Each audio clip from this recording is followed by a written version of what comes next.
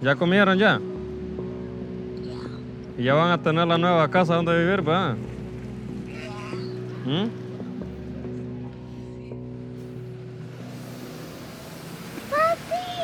Last March, Vice News followed Jose Castillo, an undocumented immigrant who uprooted his family and hid them in the basement of a church in Buffalo.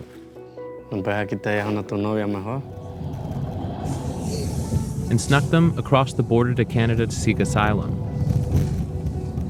After almost 12 hours of vetting, he and his family were finally granted a refugee hearing and allowed in.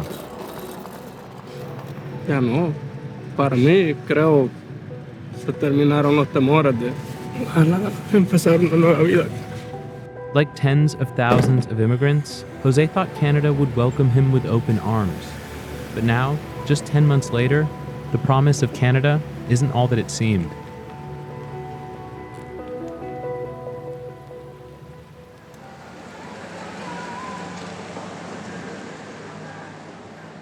Yo te digo, aquí se he gastado solo en abogados como unos $15,000.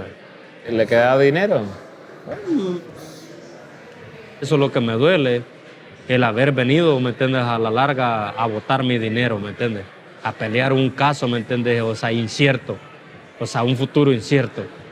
Solo me dijo el abogado, mira, José Castillo, I'm sorry, perdimos tu caso. Jose's refugee claim was denied, even after he appealed. In December, he was told to show up to an immigration office with all of his documents, which is usually what happens before you get deported.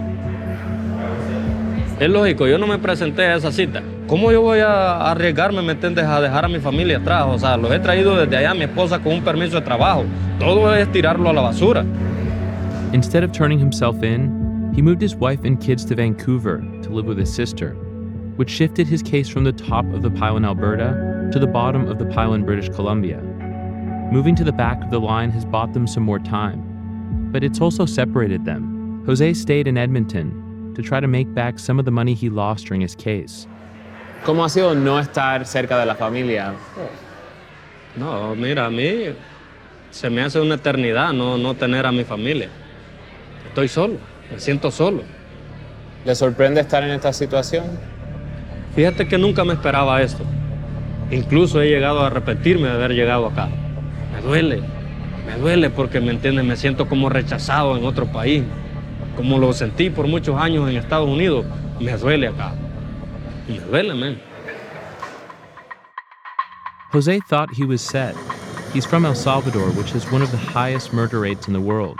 And Canada loves immigrants. Just ask its prime minister. But getting refugee status isn't that simple. It's not enough to come from a dangerous place. You have to convince a judge that you specifically would be in danger if sent back. There are many, many times when I'm extremely heartbroken and angry at the same time because people have uprooted themselves based upon expectations that were completely false. Lauren Waldman is a prominent refugee and immigration lawyer. He's been hearing from a lot of people like Jose lately and wishes they had been better informed. A refugee is someone who, if they go back to their country, can convince an adjudicator that there is a serious possibility that they will be persecuted. So if you've been outside of your country for 10 years, it's harder to establish that you're going to get into trouble when you go back. The false hope that Canada welcomes everyone led more than 20,000 people to cross the border from the US last year, about twice as many as the year before. The vast majority of those cases are still pending, which has backed up the entire system. Canada can't stop the people from coming, but it can try to dissuade them before they do. And that's exactly what it's been doing, with targeted infographics, cautionary tweets, and personal visits from multilingual government officials.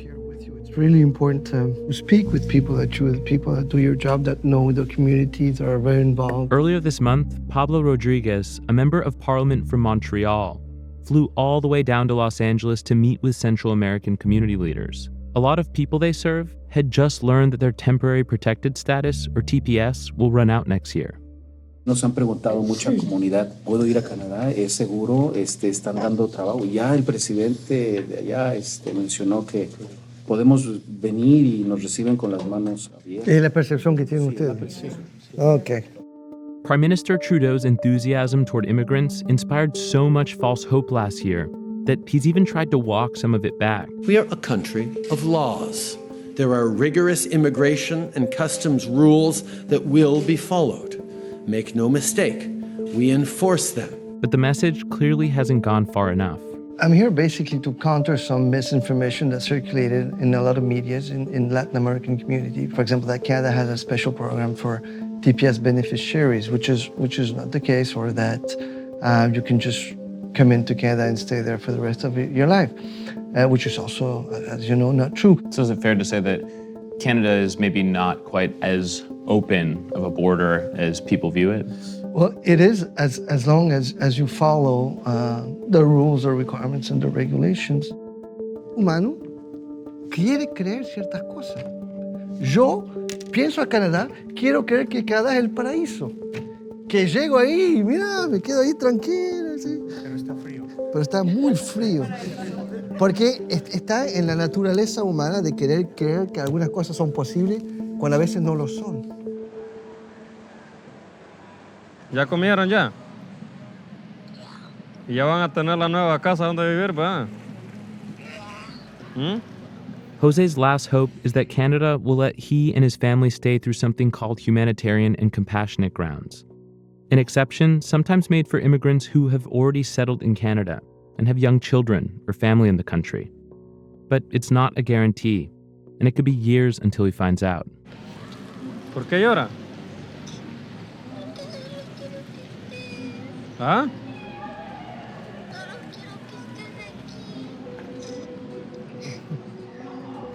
Ya no tardo en llegar ya. Ya, solo estoy trabajando acá un poco para poderle comprar algo allá. Oiga, pórtese bien en la escuela. Bueno pues, I love you.